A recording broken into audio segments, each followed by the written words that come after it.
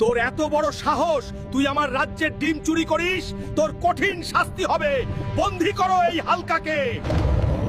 আমি জানতাম না যে ওইটা উনার ডিম নদীর পাড়ে পড়েছিল, তাই আমি কুড়িয়ে নিয়েছি। ও, এখানে আমার কি দোষ? ভুল যেহেতু করেছিস, শাস্তি তোকে পেতেই হবে। আগামী পূর্ণিমাতে হালকাকেও হাঁস বানিয়ে দেওয়া হবে। কারাগারে নিয়ে যাও হালকাকে। ছেড়ে দাও আমাকে, আমাকে ছেড়ে দাও। এই হাঁস রাজা খুবই খারাপ।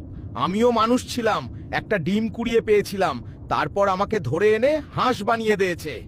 আমি তোমাকে সাহায্য করতে চাই হালকা। তুমি এখানে থাকলে হাঁস রাজা তোমাকেও হাঁস বানিয়ে ফেলবে। আমি ওই হাঁস রাজাকে মেরে ফেলবো।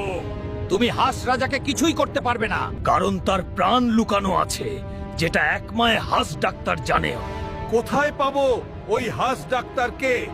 আমি তোমাকে মুক্ত করে দিতেছি। তুমি ওর দিকে একটি গুহা দেখতে পাবে, সেখানেই সব জানতে পারবে। আমি তোমাকে মানুষ বানিয়ে মুক্ত করে নিয়ে যাব। তোমার আশায় থাকবো হালকা বন্ধু। আমি কি পারবো হাঁস রাজাকে মেরে সবাইকে মুক্ত করতে? সেইটা দেখার জন্য সোলাইমান পেজটি ফলো করে ভিডিওটি শেয়ার করে দেন।